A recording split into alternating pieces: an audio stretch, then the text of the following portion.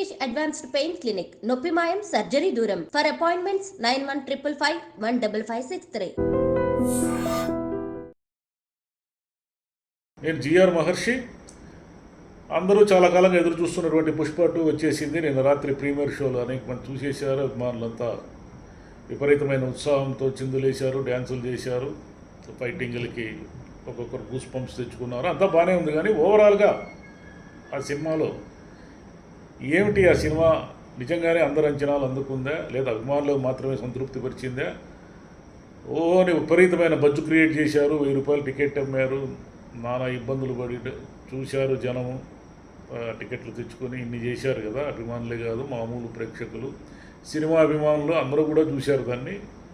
మరి నిజంగా అది దాంట్లో అంత విషయం ఉందా? ఊరికే బన్నీ అండ్ సుకుమార్ ఒక బజ్జు క్రియేట్ చేసి బిజినెస్ చేసుకోవడానికి విపరీతమైన ఎక్స్పెక్టేషన్స్ పెంచారా అనే దాన్ని మనం ఒకసారి పరిశీలిస్తే, పుష్ప 2 పుష్ప 1 అంతగా మనల్ని ఏమి మెప్పించదు. ఎందుకు మెప్పించదంటే అందులో ఉన్నటువంటి ఎమోషన్స్, ఎలివేషన్స్ ఇవన్నీ లేకపోవడం కాకుండా అనేక సీన్స్ చాలా బాగుంటాయి సినిమాలో. అభిమానులకు విపరీతంగా నచ్చుతుంది, నో డౌట్. అంటే సినిమా అంతా కూడా పుష్ప 1 పుష్ప ఎదుగుదల అయితే ఇది పుష్ప రూల్ చేయడం అనమాట. రూల్ చేయడం అంటే కంప్లీట్గా ఈయనే రూల్ చేస్తాడు. ఈయన చెప్పినట్టే ఎవరైనా వింటారు. విలన్లైనా ఇతని చెప్పు చేతుల్లో ఉండాల్సిందే, సిండికేట్ అయినా ఈయన చెప్పు చేతుల్లో ఉండాల్సిందే, మంత్రి అయినా సరే, కేంద్ర ఎంపీ అయినా సరే, ఎమ్మెల్యే అయినా సరే, చీఫ్ మినిస్టర్ అయినా సరే పుష్పనే రూల్ చేస్తాడు అనేది ఈ సినిమా ఎసెన్స్. దీనికి గాను రాసుకున్న సీన్లు కొన్ని చాలా బాగుంటాయి, కొన్ని మరీ సినిమాటిక్గా ఉంటాయి. మరి సెకండ్ హాఫ్కి వచ్చేసరికి హీరో ఎలివేషన్ ఎక్కువైపోయింది, హీరోకి ఒక సంఘర్షణ లేకుండా పోయింది. ఆ ఎమోషన్ అవసరం అనేది ఏదో గుర్తించినట్లున్నారు. సెకండ్ హాఫ్ వచ్చేసరికి వరుసగా ఎమోషన్ ఎండింగ్ ఇవ్వడానికి ట్రై చేశారు. ఎందుకంటే పుష్ప 1లో మనకి ఎలా ముగిసింది ఆ సినిమా అంటే, పుష్ప ఎర్రచందనం కూలీ నుంచి ఒక ఎర్రచందనం డాన్గా ఎదిగే క్రమం ఒకటి పుష్ప 1లో చూపించారు. 2 సిండికేట్ నందింటిని కూడా ఒక్కొక్కడిని మట్టు పెడుతూ వచ్చి సిండికేట్ని తానే రూల్ చేశాడు. అయితే గట్టి ఆఫీసర్ షకావత్ అనే ఆఫీసర్ అతనికి ఎదురు నిలిచాడు. వాళ్ళిద్దరికీ ఏదో ఈగో సమస్య ఏర్పడింది. మూడవది, పుష్పకు ఆల్రెడీ ఉన్నటువంటి తండ్రి సెంటిమెంట్. అంటే ఇతను పెద్ద భార్య, అంటే అసలైన భార్య కొడుకు ఉన్నటువంటి అతను అజయ్ వీళ్ళని అవమానిస్తూ ఉంటాడు ఊర్లో. వీళ్ళకు ఇంటి పేరు లేదని అవమానిస్తూ ఉండడం వల్ల ఆ ఇంటి పేరు కోసం పుష్ప ఏం చేశాడు అనేది సెకండ్ హాఫ్లో, అంటే పార్ట్ 2లో మనకు కనిపిస్తుంది. ఈ మొత్తంగా చూస్తే ఏమిటంటే 3 గంటల 20 నిమిషాల్లో ఈజీగా ఒక 30-40 నిమిషాలు తీసేసినా కూడా వచ్చిన ఇబ్బంది ఏమీ లేదు. కానీ ఎందుకో ఎక్కడ దాన్ని కట్ చేయకుండా అలాగే ఉంచేశారు. అసలు సినిమా బిగినింగ్లోనే ఉన్నటువంటి జపాన్ ఫైట్ ఒకటి ఉంటుంది. ఆ ఫైట్ ఎందుకుందో, ఆ ఫైట్ దాని ఉద్దేశం ఏమిటంటే పుష్ప ఇంటర్నేషనల్ స్థాయికి ఎదిగాడని మనకు చెప్పడానికి. అది నిజంగా జరిగిందా లేదా కళ అనేది కూడా మనకు అర్థం కాదు.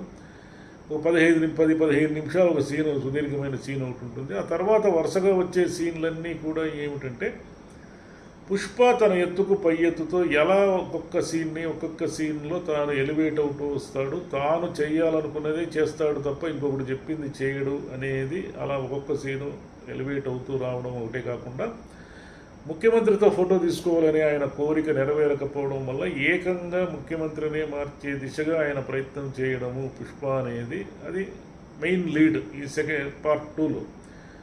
తర్వాత శ్రీవల్లి సంబంధించిన కొంత ఎమోషనల్ సీన్స్, అంటే అమ్మాయి ప్రెగ్నెంట్ కావడము, తర్వాత తనకు పుట్టబోయే కొడుకు బిడ్డ దీని గురించి ఆలోచించడము, ఫైనల్గా పుష్ప తన కుటుంబానికి మళ్ళీ ఇంటి పేరును ఎలా సాధించుకున్నాడు అనేది ఫైనల్ క్లైమాక్స్ అని చెప్పుకోవచ్చు. మరి మొత్తంగా ఏమిటి పుష్ప 1కి మనం ఏం చేస్తాము, పుష్ప 2 అనగానే పుష్ప 1తో కంపేర్ చేసి చూస్తాం. పుష్ప 1లో పాటలు అద్భుతంగా ఉంటాయి, పాటలు విపరీతంగా సినిమాని హైలైట్ చేశాయి. కానీ పుష్ప పార్ట్ 2లో ఏం జరిగిందంటే పాటలు పెద్దగా మనకు బయట ఆడియో హిట్ అయినంతగా సినిమాలో పెద్దగా మనకి ఇంప్రెస్ చేయవు.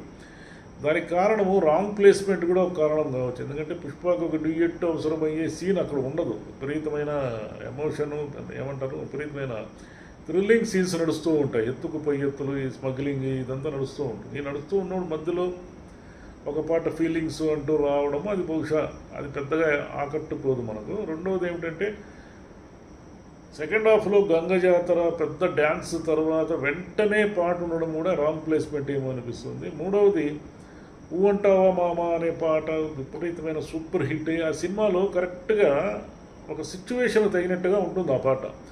ఇక్కడ మనకి సిచ్యువేషన్ ఏమీ పెద్దగా అనిపించదు, ఏదో సిచ్యువేషన్ని క్రియేట్ చేసినట్టు అనిపిస్తుంది. పుష్ప 1కి 2కి ఉన్న ప్రధానమైన తేడా ఏమిటంటే పుష్ప 1లో సంఘటనలు వాటంతటవే జరిగిపోతూ ఉంటాయి అవి, కానీ పార్ట్ 2 వచ్చేసరికి హీరోకు అనుకూలంగా జరుగుతాయి చాలా సంఘటనలు. అంటే హీరో తను అనుకున్నది ఏమైనా చేస్తాడు కాబట్టి అతనికి ఎదురే లేదు. అంటే సంఘర్షణ అనేది లేకపోతే హీరో ఎంత గొప్పవాడు ఎంత పెద్ద తోపు అని మీరు చెప్పినప్పటికీ అతనికి ఎదురుగా బలమైన విలన్ ఎవరు నిలబడకపోవడం అనేది సినిమాలో ఒక మైనస్. ఫైనల్గా ఏదో ఒక హఠాత్తుగా అప్పటి వరకు సినిమాలో లేనటువంటి ఒక విలన్ని తెచ్చి క్లైమాక్స్ని తీసుకొని లాక్కొని రావడం అనేది కూడా ఒక రాంగ్ స్టెప్. ఎందుకంటే అప్పటి వరకు అతను ఎవరు కూడా మనకు తెలియదు.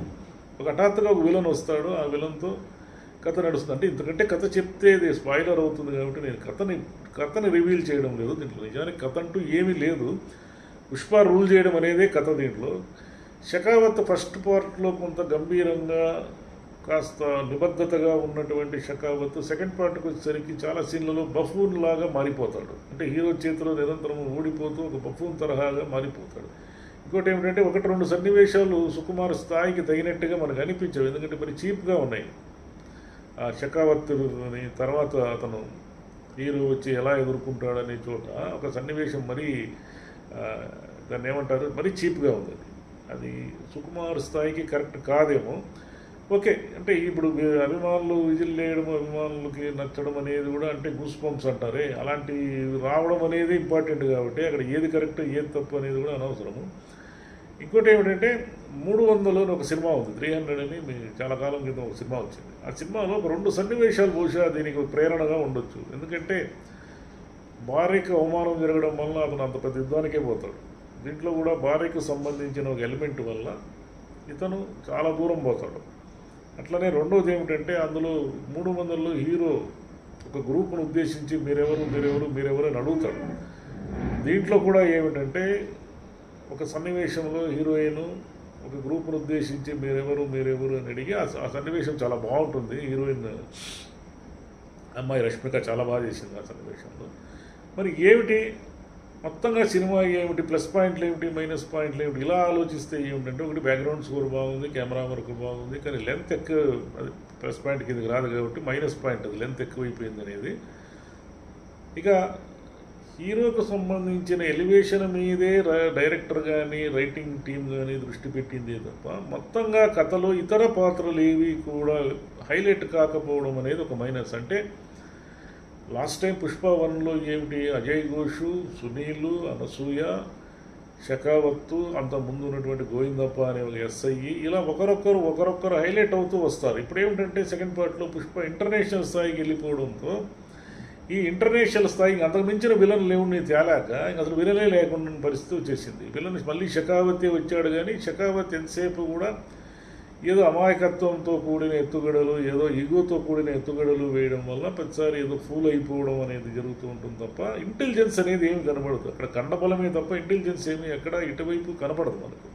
అది ఏదో కొన్ని సీన్లో ఇంటెలిజెన్స్ లాగా అనిపిస్తుంది, కానీ అదేం ఇంటెలిజెన్స్ కాదు. అది మైనస్ పాయింట్లు అని చెప్పాల్సి వస్తే ఒకటి పాటలు పెద్దగా ఎలివేట్ కాకపోవడము, వరుసగా ఫైట్లు ఉండడము అనేది, మధ్యలో ఏదో కథ జరుగుతూ ఉండాలి కదా, కథ జరగకపోకుండా వరుస ఫైట్లు ఉండడము, క్లైమాక్స్ మళ్ళీ రొడ్డకొట్టుడుగా అట్లా అంటే అనేక సినిమాల్లో చూసేసిన సన్నివేశాల్లాగే రిపీట్ కావడము. ఇంకోటి కాంతారా ఇన్స్పిరేషన్ ఏమైనా ఉందా క్లైమాక్స్లో అని కూడా మనకు అనిపిస్తుంది. అంటే కాంతారాలో క్లైమాక్స్ వల్ల గూస్ బంప్స్ రావడం ఇవన్నీ జరిగింది కాబట్టి ఇక ఏదైనా కొత్తగా ఏమైనా జరుగుతుందేమో అని మనం ఎక్స్పెక్ట్ చేస్తాము. కానీ పాత సినిమాల్లో లాగానే ఎండ్ కావడం అనేది కూడా దీనికి ఒక మైనస్ ఏమో. సరే పుష్ప 3 కూడా ఉందంటున్నారు, పుష్ప 3 ర్యాంపేజింగ్ అని ఏదో చెప్పారు. మరి ఇంత విపరీతంగా జనాలు క్రేజ్ క్రియేట్ చేసినటువంటి 3 గంటల 20 నిమిషాల సినిమాలో పూర్తిగా మనల్ని అంటే సెకండ్ హాఫ్ కూడా ఏదైనా ఆకట్టుకుంటే తప్ప ఇది బ్లాక్ బస్టర్ దిశగా వెళుతుందా అనేది డౌటు. అంటే ఇప్పుడు ఏమిటంటే పుష్ప అనేది అందరూ చూస్తారు, అదేం పెద్ద విషయం, ఓపెనింగ్స్ రావడం అదేం పెద్ద విషయం కాదు. కానీ సరే, ఒక క్లాసిక్గా పుష్ప 1 లాగా కల్ట్ క్లాసిక్గా పుష్ప 2 కూడా ఉంటుందని ఎక్స్పెక్ట్ చేశారు. కాబట్టి పుష్ప 2 కల్ట్ క్లాసిక్ స్థాయికి వెళ్ళిందా లేదా అంటే మనం కొంచెం ఆలోచించుకొని చెప్పాల్సి ఉంటుంది. కల్ట్ క్లాసిక్ కాదు కదా, మరి ఎక్స్పెక్టేషన్ తగినంతగా కూడా లేదేమో అని ఎక్కడో డౌట్.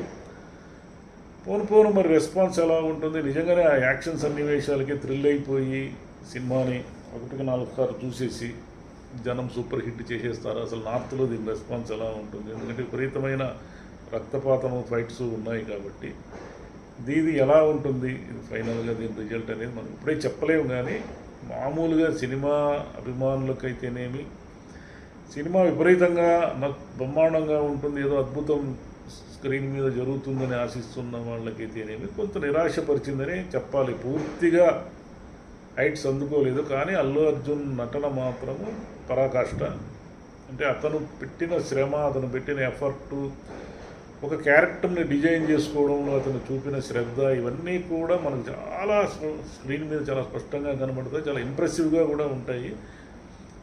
అల్లు అర్జును, అమ్మాయి రష్మిక వీళ్ళిద్దరూ బ్రహ్మాండంగా నటించారు. అయితే మిగతా వాళ్ళు ఎవరికి కూడా, సునీల్, అనసూయకి ఏదో వాళ్ళు కొంత సినిమాలో ఏదన్నా వాళ్ళ ప్రభావం చూపిస్తారు అనుకుంటే ఏమీ లేకుండా వాళ్ళకి డమ్మీలుగా మిగిలిపోయారు. అట్లనే రావు రమేష్కి ఏదో కొంత పాత్ర నిడివి పెరిగింది, కానీ అతను కూడా అతనుకున్న పరిధిలో, అంటే ఆ క్యారెక్టర్ని అంతకు మించి ఏమీ ఉండదు. ఆ క్యారెక్టర్ని అంతకు మించి ఏదో ఆ క్యారెక్టర్ కొత్త ఐడియాలు ఏమైనా చేస్తూ ఉంటే, లేదా పుష్పకి అనుకూలంగానో ప్రతికూలంగానో ఒక సంఘర్షణ స్థితిని కల్పిస్తే అప్పుడు మనకి అదేదైనా ఎంగేజింగ్గా ఉండేదేమో. కానీ సంఘర్షణ లేకపోవడమే ఈ సమస్య. అంటే పుష్పాన్ని గట్టిగా ఎదుర్కొనే ఒక విలన్ లేకపోవడమే ఈ సినిమా సమస్య. పుష్పకి అనేక సమస్యలు ఎవడో ఒకడు క్రియేట్ చేయలేసి అతను దాని నుంచి ఎలా బయటకు వస్తాడు అనేది ఉండుంటే వేరే లెవెల్ ఉండేది. కానీ ఆల్రెడీ మనం ఎస్టాబ్లిష్ అయ్యి ఫస్ట్ పార్ట్లో ఉన్నటువంటి ఎర్రచందనం దొంగలు ఎలా తరలిస్తారు అనే దాని మీదే మళ్ళీ ఫోకస్ చేయడము, మళ్ళీ అదే ఉండడంతో ఏమైందంటే, మనకు పుష్ప 1లో ఆ యాంబియన్స్, ఆ వాతావరణము, ఆ కథ అంతా కొత్త కాబట్టి పార్ట్ 2కి వచ్చేసరికి మనకు అవన్నీ పరిచయం అయిపోయినాయి. ఇప్పుడు కొత్తగా పరిచయం ఏమీ చేయక్కర్లేదు. కాబట్టి ఇంకేదైనా వేరే విషయాన్ని ఎత్తుకొని ఉంటే సరిపోయిండేది. మళ్ళీ అదే సేమ్ ఉండడం వల్ల మనకు కొంత పదే రిపీటెడ్ సీన్లు చూసినామేమో అని అనుమానం వస్తుంది. పుష్ప తాను ఎలా ఎదిగాడు అనేది ఫస్ట్ పార్ట్లో చూపించిన తర్వాత తాను ఎలా రూల్ చేశాడు అనేది సెకండ్ పార్ట్లో చూపించడం వల్ల ఈ రూలింగ్లో పుష్ప అనేది పూర్తిగా అతను పైచేయి తీసుకునేస్తాడు. ఈ పైచేయి తీసుకోవడంలో భాగంగా ఆయన మనకు అనేక సన్నివేశాల్లో ఒక ట్విస్ట్ ఉంటుంది. అంటే మన మామూలుగా నడిచే ఒక సన్నివేశాన్ని ఇప్పుడు ఎలాగైతే పార్ట్ 1లో పుష్ప అంటే ఫ్లవర్ అనుకున్నావా, ఫైర్ అని ఒక ట్విస్ట్ ఇచ్చి వెళ్తాడే, అలా ట్విస్టులు కూడా ఉంటాయి దీంట్లో. కానీ అవన్నీ ఓకే. కానీ మొత్తంగా చూస్తే ఏమిటంటే ఎక్కడో ఏదో అసంతృప్తి. దానికి కారణం ఓవర్ ఎక్స్పెక్టేషన్ కావచ్చు, మనం ఏదో అద్భుతాన్ని చూస్తున్నాం అనుకొని థియేటర్కి వెళ్ళిన ఒక మూడ్ కావచ్చు, లేదంటే ఈ సినిమా మామూలుగా ఉండదు అని మనం గట్టిగా నమ్మడం వల్ల కావచ్చు. కారణాలు ఏమైతేనేవి కొంత అసహనము, అసంతృప్తి ఉండే మాట నిజమే. బట్ ఓవరాల్గా ఓకే, ఇబ్బంది ఏమి లేదు సినిమాకి. కానీ అంత వీళ్ళు చెప్పినంత 2000 కోట్ల స్థాయి అందుకుంటుంది అంటే మాత్రం అది కొంచెం అనుమానమే. అందుకుంటే అద్భుతమే. Thank you.